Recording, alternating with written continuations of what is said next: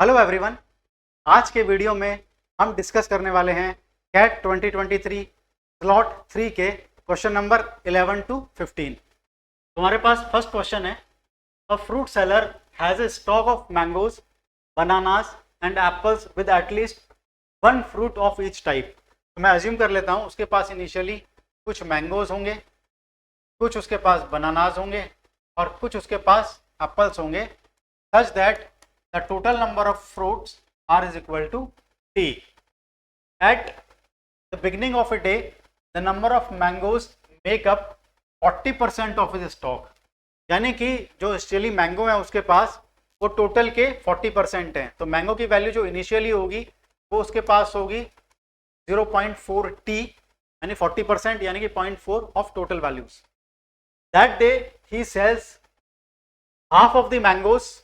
अच्छा, यहाँ पे जैसे 0.4 t है और टोटल वैल्यू t है, तो मान लो बनानास की वैल्यू b है और एप्पल की जो वैल्यू अब हो जाएगी वो t minus 0.4 t minus b। देखो यहाँ पे टोटल वैल्यू t है और ये 0.4 t है, मैंने एज्यूम कर लिया बनाना की वैल्यू b है, तो इसका मतलब एप्पल जो बचेंगे उसके पास वो बचेंगे 0.6 t माइनस b। इतना ही बचना चाहिए उसके पास, ठीक है ना। That day he sells half of the mangoes, यानी जितने मैंगोज थे उसने वो मैंगोज बेच दिए। जितने मैंगोज थे उतने that day he sells half of the mangoes, तो उसने कितने बचे होंगे उसके पास 0.2। उसने हाफ बेच दिए यानी कि 0.2 टी बेच दिए, तो बचे हुए होंगे इतने। 96 बनानास बेच दिए तो बनाना कितने बचे होंगे b माइनस 96। और 40% ऑफ द एप्पल्स बेच दिए, यानी ये जो एप्पल्स थे उसके 40% बेच दिए, तो 0.4 टाइम्स बेच दिए होंगे, बचे कितने होंगे इसके 0.6 टाइम्स। तो 0.6 ऑफ 0.6 t माइनस b।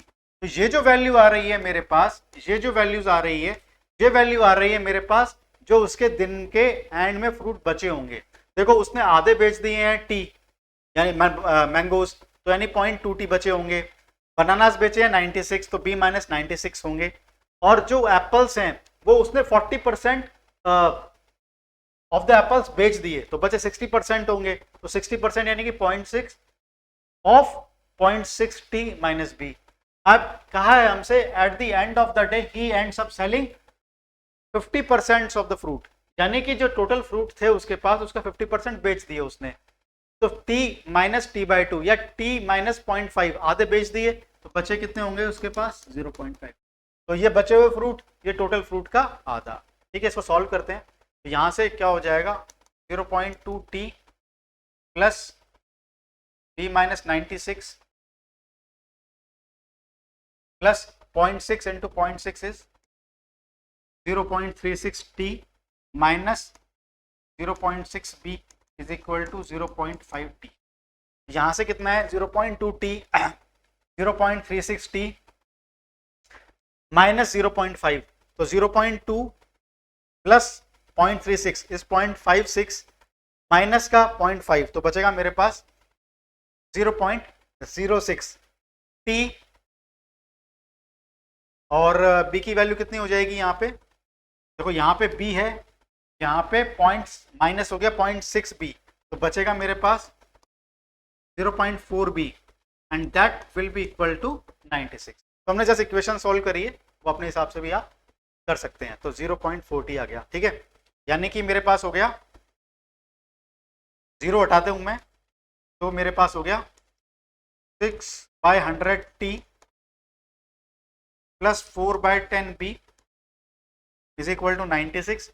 और मैं सिंप्लीफाई कर लेता हूं 2 से कैंसिल करके, तो बचेगा मेरे पास 2/50, 2 से कैंसिल किया तो 3/50, 3/50 t plus 2/5 b is equal to 96। ठीक है, अब मैं 50 का एलसीएम ले सकता हूं। मैं 50 का एलसीएम लेता हूं, यहाँ पे 50 का एलसीएम लिया तो मेरे पास क्या आएगा 3t प्लस 5 इंटू 10 टाइम्स हो जाएगा 20b इज इक्वल टू 96।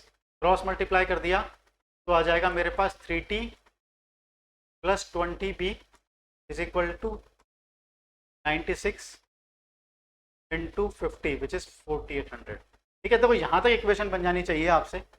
ये इक्वेशन के बाद हम कंडीशंस लगाते हैं, बी की वैल्यू कितनी होगी in terms of T. B की वैल्यू कितनी टर्म्स होगी टी, तो बी की वैल्यू क्या आएगी 4800 minus 3t divided by, right, B की वैल्यू। अब यहाँ पे एक कंडीशन देखो आप, बी और टी में एक रिलेशन और है हमारे पास कि 0.6t माइनस बी। अब ये वैल्यू डेफिनेटली पॉजिटिव होनी चाहिए, ये वैल्यू नेगेटिव तो नहीं हो सकता। इसका मतलब बी की जो वैल्यू है वो 0.6t से छोटी होनी चाहिए। बी की जो वैल्यू है, देखो यहाँ पे देखो ना, ये क्लियर है, एप्पल की जो वैल्यू है वो 0.6t माइनस बी है, तो B can not be greater than 0.6t, B has to be less than 0.6t। So B की जो वैल्यू होगी that has to be less than 0.6t। 0.6 का मतलब हो गया 3/5t से कम होनी चाहिए, 3/5t से कम होनी चाहिए। ठीक है ना, इसका मतलब क्या हुआ मेरे पास, क्रॉस मल्टीप्लाई करता हूं मैं पहले और थोड़ा कैंसिल कर देता हूं, 4 यानी कि 4 टाइम्स, यानी कि 4800 minus 3t must be less than 12। This implies 15t has to be greater than 4000 और t must be greater than 4800 divide by 15। इसकी वैल्यू कितनी हो गई, देखो एक कंडीशन आ गई मेरे पास, t must be greater then 320, t must be greater then 320। हमसे क्वेश्चन ने पूछा है the total number of fruits in the stock in the beginning of the day. जब डे स्टार्ट होगा तो मेरे पास मिनिमम फ्रूट्स कितने होने चाहिए, तो t must be greater then 320 होना चाहिए। अब मिनिमम के लिए 320 से ज्यादा होंगे, ये तो मुझे समझ में आ गया, पर कितने होंगे ये मुझे निकालना है। तो यहाँ पे एक कंडीशन और अप्लाई कर सकते हैं हम, वो ये कर सकते हैं कि बनाना की वैल्यू क्या आई है मेरे पास, बनाना की वैल्यू आई है 4800 minus 3t divide by 20।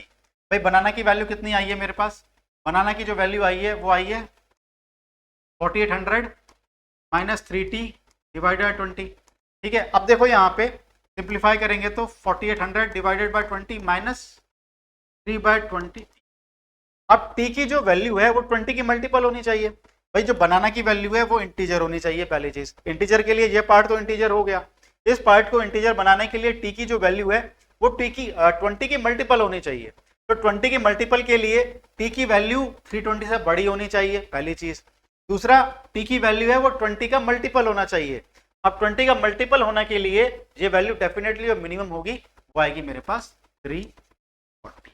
So t is greater than 320, first condition. Second, banana would be N integer, अगर बनाना को इंटीजर होगा तो t की जो मिनिमम वैल्यू पॉसिबल होगी वो 20 का मल्टीपल भी हो और 320 से बड़ी भी हो, तो वो मिनिमम वैल्यू 340 होगी, क्योंकि हमसे स्टॉक जो है वो minimum number of smallest possible number of fruits पूछा गया है यहाँ पे। तो यहाँ पे हमने सारे कंडीशंस अप्लाई की हैं, so we found the answer as 340। तो minimum of number of fruits the beginning of the day will be 340। ठीक है, अगेन मॉडरेट डिफिकल्ट क्वेश्चन।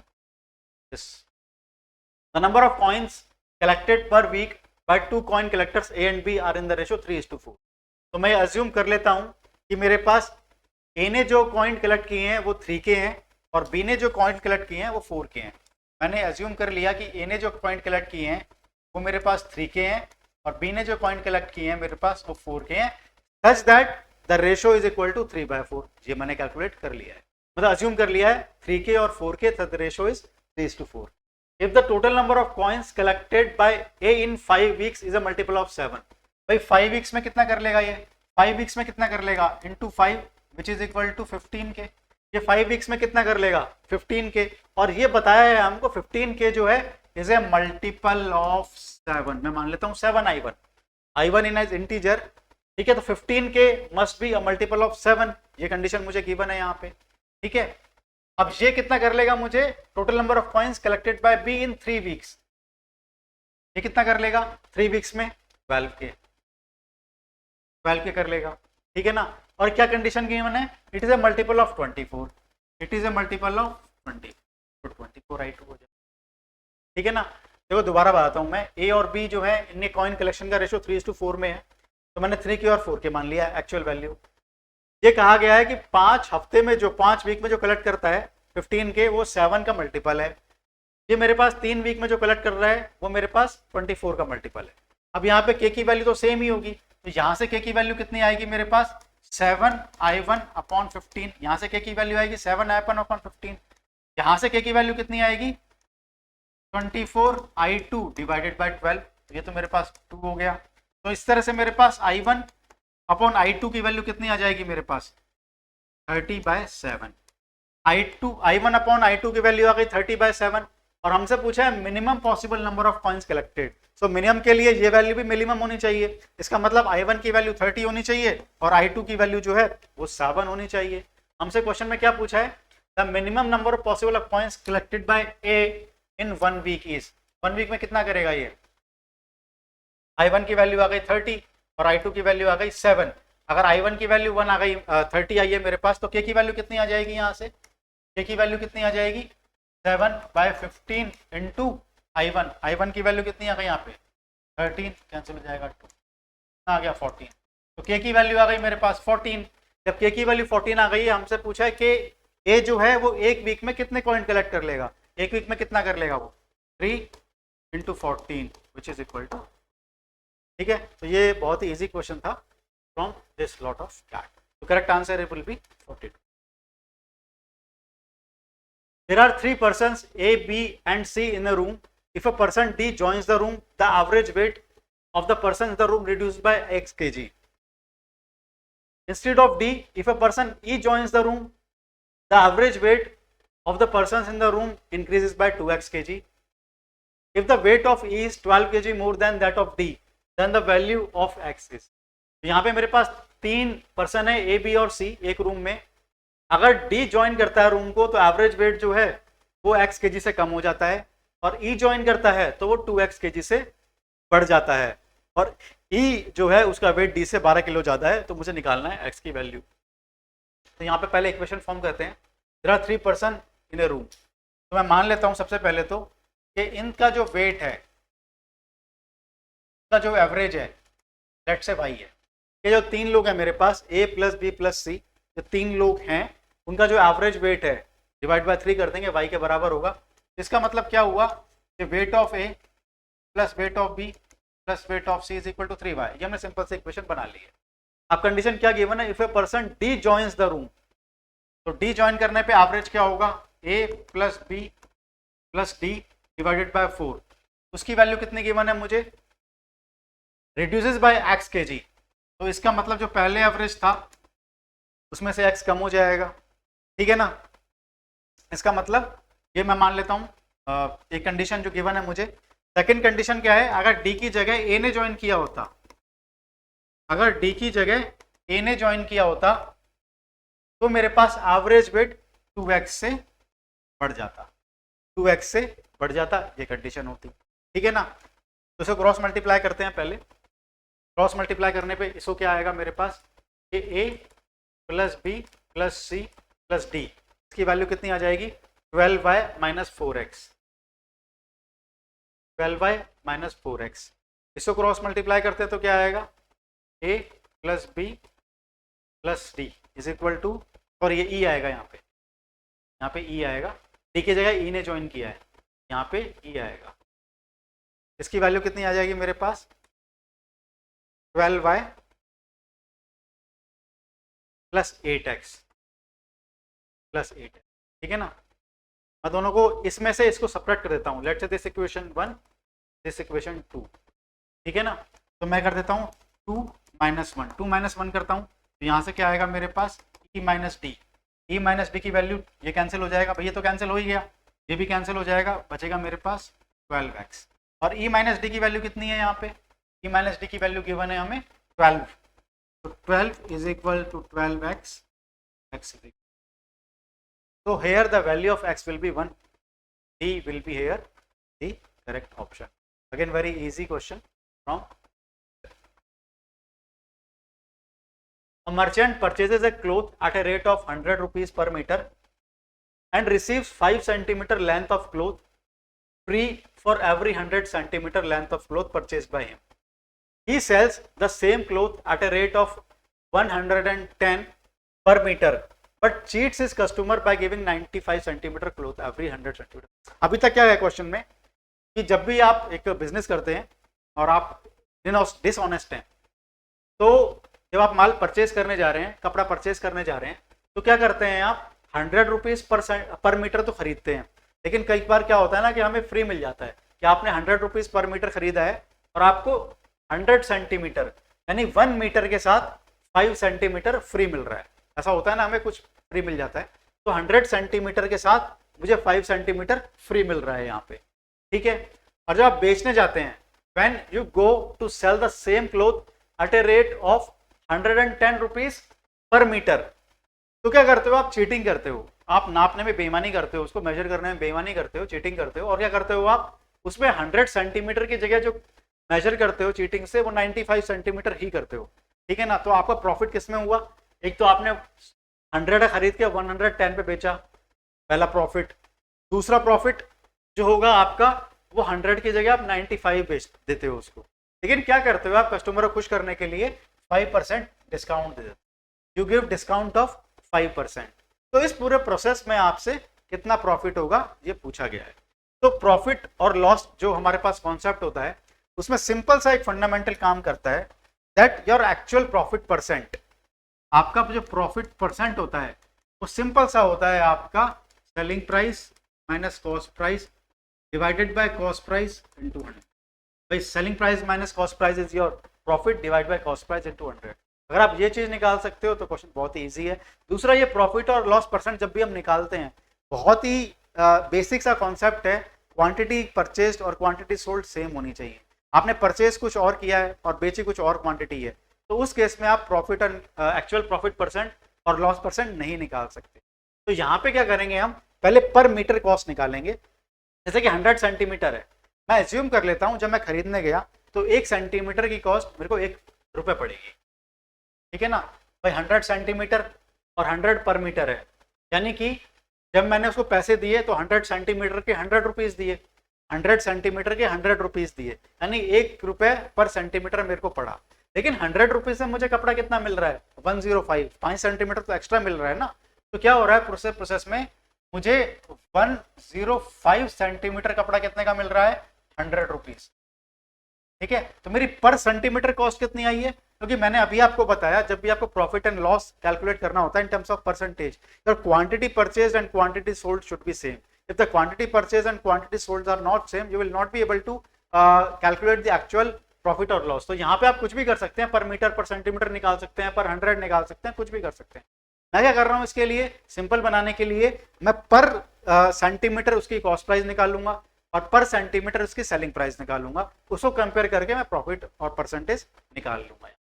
तो यहाँ पे मैंने कपड़ा खरीदा कितना है? 105, क्योंकि 100 के साथ मुझे 5 सेंटीमीटर फ्री मिला है। जब 100 के साथ मुझे 5 सेंटीमीटर फ्री मिला है तो मुझे 105 सेंटीमीटर कपड़ा मिला है। और पे कितना किया मैंने? 100 रुपीज ओनली। तो 105 सेंटीमीटर का जो प्राइस है मुझे 100 रुपीज पे करना पड़ रहा है। इसका मतलब मुझे 1 सेंटीमीटर का जो प्राइस है वो कितना पे करना पड़ रहा है? 100 divided by 105 which is equal to 5 से कैंसिल करता हूं तो 20/21। तो मेरे पास जो कॉस्ट प्राइस आ गई, cost price for 1 centimetre of cloth is equal to आ गई है 20/21 रुपीज, 20/21, है ना। तो ये मेरे पास कॉस्ट प्राइस आ गई है। Similarly I will try to calculate the selling price of 1 centimetre, फिर मैं कंपेयर कर सकता हूँ यहाँ पे। अब सेलिंग प्राइस के केस में क्या हो रहा है कि जब आप 100 सेंटीमीटर खरीद रहे हैं, आप बेच रहे हैं, तो एक्चुअली तो आप 95 सेंटीमीटर ही दे रहे हैं, और 95 सेंटीमीटर का पैसा कितना ले रहे हैं आप? 110 रुपीज ले रहे हैं। इसका मतलब for 95 centimetre of cloth you are getting 110 rupees. For 95 centimeter of cloth, you are getting 110 rupees. For 1 centimeter of cloth, 1 centimeter of cloth, you will be getting 110 and 95 rupees. So this is your selling price, but this is not the full selling price, the final selling price, because you are offering a discount of 5% as well. So 1 centimeter, अभी discount की बात नहीं करते हैं, पहले deal की बात करते हैं।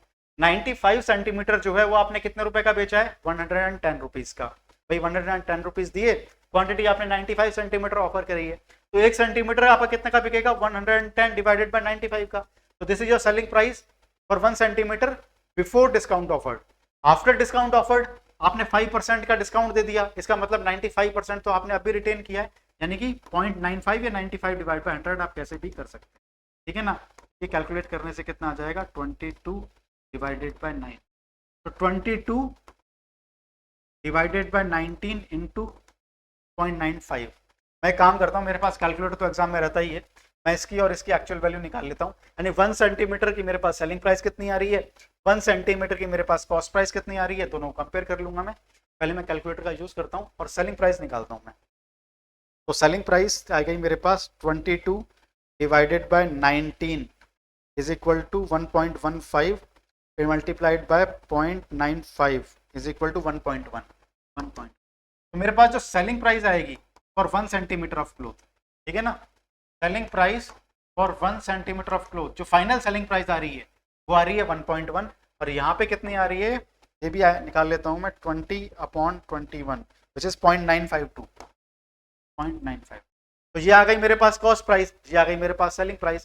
प्रॉफिट परसेंट क्या होता है मेरे पास, profit percent is profit divide by cost price into 100, यानी selling price minus cost price divide by cost price into 100। Selling price कितनी आ रही है मेरे पास 1.1, कॉस्ट प्राइस कितनी आ रही है मेरे पास 0.952 divided by 0.952, 100 will be my answer. ठीक है, देखते हैं क्या आता है। 1.1 माइनस का 0.952 is equal to 0.1 divided by 0.952 is equal to ये into 100, 15.54, 15.54। So we'll have choose the closest option 15.54, 15. ठीक है ना। तो यहाँ पे ये कॉन्सेप्ट बहुत ही इंपॉर्टेंट है प्रॉफिट एंड लॉस में, कि प्रॉफिट एंड लॉस का परसेंटेज जब भी आप निकालते हैं वो तभी निकाल सकते हैं जब मेरे पास क्वांटिटी सोल्ड और क्वांटिटी परचेज जो है वो सेम होती है। अगर सेम नहीं है तो आप कभी भी प्रॉफिट एंड लॉस परसेंट नहीं निकाल। तो क्वांटिटी आप कितनी भी रख सकते हैं, 100 सेंटीमीटर, 95 सेंटीमीटर, कुछ भी। सिंप्लिसिटी के लिए मैंने उसको 1 सेंटीमीटर मान लिया। तो 1 सेंटीमीटर की कॉस्ट निकाली 20/21, 1 सेंटीमीटर की मैंने सेलिंग प्राइस निकाल ली, कितने आया मेरे पास आफ्टर ऑफरिंग डिस्काउंट ऑफ 5%, ये आ गया मेरे पास फाइनल वैल्यू 1.1। फिर तो मैंने फॉर्मूला लगाया है selling price minus cost price divide by cost price into 100, ये मैंने पर सेंटीमीटर निकाला है और मेरा आंसर जो आ गया है वो आ गया बी ऑप्शन 15.5। चलिए moderate level question. A boat takes 2 hours to travel downstream a river from port A to port B and 3 hours to return to port A. Question क्या कहता है मेरे पास, दो पॉइंट है मेरे पास, there are 2 points, point A and point B. A boat takes 2 hours to travel downstream. तो ऑब्वियसली जब 2 hours यहाँ पे लग रहा है और 3 hours यहाँ पे लग रहा है तो ये अपस्ट्रीम होगा, ये डाउनस्ट्रीम होगा और ये अपस्ट्रीम होगा, यानी कि स्ट्रीम का जो डायरेक्शन होगा फ्लो का, रिवर का जो डायरेक्शन होगा वो ऐसे होगा, ठीक है ना। तो यहाँ पे मेरे पास एक बोट है बी, उसको यहाँ पे ट्रैवल कर रहा हूँ, तो यहाँ पे लग रहे हैं उसको 2 hours और यहाँ पे लग रहे हैं उसको 3 hours, ठीक है। अनदर बोट, अच्छा दूसरी बोट और है तो इसको मैं B1 मान लेता हूँ। एक दूसरी बोट है इसको मैं B2 मान लेता हूँ, which takes a total of 6 hours to travel from port B to port A and return to port B. Total of 6 hours to travel from port B to port A and return to port B. तो ये वाली जो boat है वो पहले यहाँ पे जाती है फिर यहाँ पे जाती है, और ऐसा करने में उसको जो लग रहे हैं वो टोटल 6 hours लग रहे हैं, ठीक है। ये पॉइंट A है और ये पॉइंट B, इसको टोटल 6 घंटे लग रहे हैं, इसको टोटल 5 घंटे लग रहे हैं। क्वेश्चन में क्या पूछा है, if the speeds of boats and the rivers are constant then the time in hours taken by slower boat to travel from port A to port B, यानी पोर्ट ए से पोर्ट बी पे जब boat 2 travel करेगी तो उसको कितना time लगेगा। मैंने बोट बी ही क्यों लिया है, क्योंकि ये सेकंड वाली बोट क्यों ली है, क्योंकि इसमें स्लोअर बोट पूछा है। स्लोअर बोट क्यों होगी ये वाली, क्योंकि इसको एक तरफ आने जाने में जो राउंड ट्रिप है करने में 6 hours लगते हैं और इसको राउंड ट्रिप करने में 5 hours लगते हैं, इससे कोई फर्क नहीं पड़ता कि आपने स्टार्ट कहाँ से किया है। यहाँ से स्टार्ट करती है अगर ये बोट तो इसको 3 घंटे लगते हैं और 2 घंटे, हमें 5 घंटे, और यहाँ पे 6 घंटे लग रहे हैं। इसका मतलब स्लोअर बोट ये है, जो आपकी B2 है वो स्लोअर है। तो क्वेश्चन में पूछा है मुझसे, अगर B2 ट्रैवल करेगी from this point two this point तो कितना टाइम लगेगा, यानी कि स्लोअर बोट जो है आपकी वो डाउनस्ट्रीम ट्रैवल करेगी तो उसको कितना टाइम लगेगा, बस ये पूछा गया है। तो यहाँ पे मैं अज्यूम कर लेता हूँ, let's this distance is D। First of all ये डिस्टेंस D मान ली मैंने, और ये B1 मान लिया, ये B2 मान लिया, ठीक है ना। ये इसकी जो स्पीड है, इसकी जो स्पीड है, मैंने स्पीड ऑफ B1 मान लिया, इसकी जो स्पीड है वो स्पीड ऑफ B2 मान लिया। अब मैं इक्वेशन बनाता हूँ। तो यहाँ पे मेरे पास D की इक्वेशन क्या होगी, डिस्टेंस इज इक्वल टू, अब ये डाउनस्ट्रीम स्पीड है तो डाउनस्ट्रीम स्पीड मतलब speed of boat 1 plus speed of river, speed of river, speed of river मान लिया SR।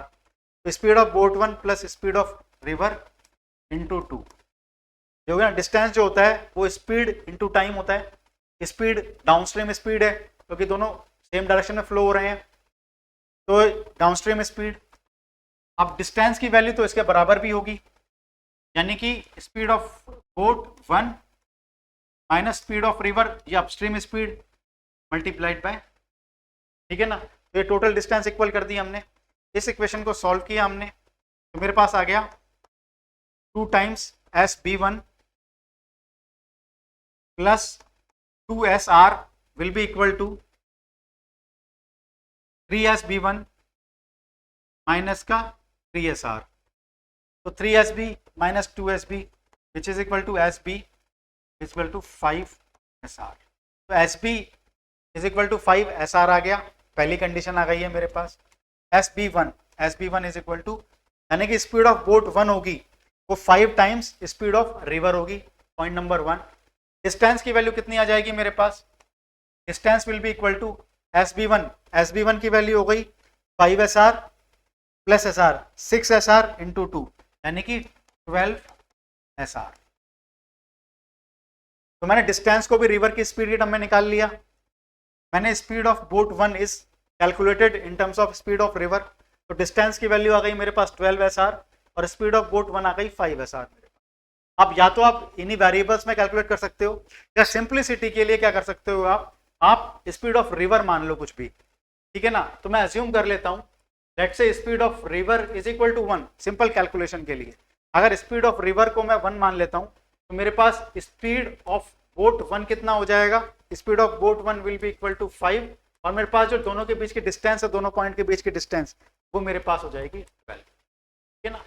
स्पीड ऑफ रिवर को 1 मान लिया, यहाँ से अज्यूम कर सकते हो, उससे कोई प्रॉब्लम नहीं है, ठीक है ना।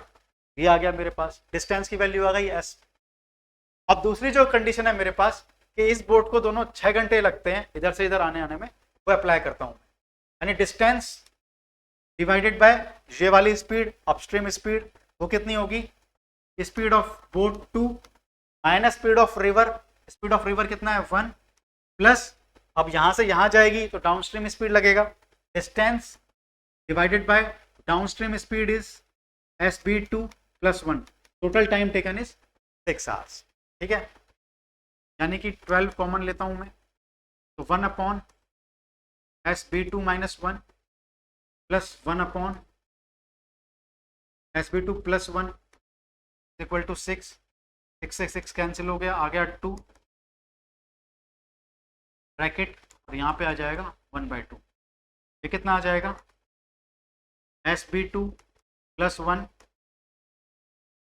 प्लस SB2 माइनस 1, अगर मैं LCM लेता हूँ SB2 माइनस 1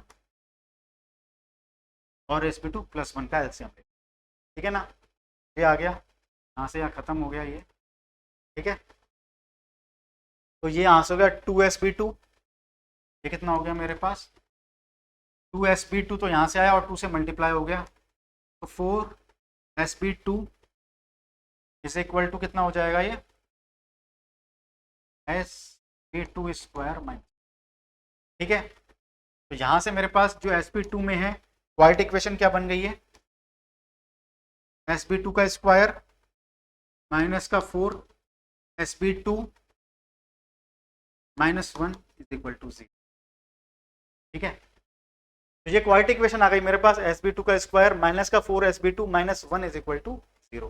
तो यहाँ से हम रूट्स वाला फॉर्मूला लगाएंगे और SB2 की वैल्यू निकालेंगे। किसकी वैल्यू निकालेंगे? SB2 की। यहाँ से SB2 की वैल्यू आएगी minus B plus minus B square minus 4AC upon 2A। तो माइनस बी लगाया तो 4 plus minus B square 16 minus का 4, A की value 1 upon 2A which is equal to 4 plus minus square root of 20 divide by 2। 4 minus तो आएगा ही नहीं क्योंकि negative तो होगी नहीं, पॉजिटिव स्पीड आएगी। 4 प्लस रूट 20 इज 4 इंटू 5 यानी कि 2 रूट 5 डिवाइडेड बाय 2। तो यहाँ पे मेरे पास जो फाइनल स्पीड आ गई है ये आ गई है 2 प्लस रूट 5, करेक्ट है ना? 2 प्लस रूट 2 प्लस रूट। तो हमने जो स्पीड बोट 2 है वो निकाल ली है, वो आ गई 2 प्लस रूट 5। अब क्वेश्चन में क्या पूछा है? Then the time in hours taken by slower boat to travel from this point this point. तो डाउनस्ट्रीम स्पीड लगेगी इसमें, और डाउनस्ट्रीम स्पीड में टाइम हमको निकालना है। तो टाइम कितना आएगा? Distance divide by speed. Distance कितनी आ गई मेरे पास? 12 डिवाइडेड बाय स्पीड कितनी आ जाएगी? 2 plus root 5 plus speed of river, speed of boat plus speed of river. तो speed of boat plus speed of river, यही तो डाउनस्ट्रीम स्पीड होगी। तो स्पीड ऑफ बोट कितनी आई है मेरे पास? 2 plus root 5 plus speed of river. Speed of river कितना होगा मेरे पास? 1। स्पीड ऑफ रिवर इज 1 ही आया ना हमारा, यानी कि मेरे पास टाइम आएगा, ये फाइनल टाइम आएगा which is 2 divided by 3 plus root 5। ऐसा कोई ऑप्शन नहीं है मेरे पास, लेकिन मुझे दिखना है, अगर मैं रेशनलाइज करूंगा तो शायद आंसर आ जाएगा। 3 minus root 5 divided by 3 minus root 5 से मल्टीप्लाई करता हूँ, ये कितना हो जाएगा मेरे पास? 12 into 3 minus root 5 divided by 3 का स्क्वायर माइनस रूट 5 का स्क्वायर। 3 का स्क्वायर इज 9 माइनस 5 इज 4, 4 से कैंसिल हो गया 3। तो फाइनल आंसर आ गया 3 times 3 minus root 5, 3 times 3 minus root 5। यार ए ऑप्शन दिखने में थोड़ा कॉम्प्लिकेट लग रहा है, एक्सप्लेन किया है मैंने डिटेल में इसलिए, बट डूएबल क्वेश्चन था। थोड़ा सा आपको बस ये एजम्पशन करेंगे तो क्वेश्चन और इजी हो जाएगा, वरना वेरिएबल में लेके ही काम करना पड़ेगा। I consider moderate to difficult question in X. थोड़ी कैलकुलेशन लंबी दिख रही है यहाँ पे, पूरा डिटेल में किया है, अदरवाइज इतनी लंबी नहीं है। तो this was our 5th question from today's. Thank you.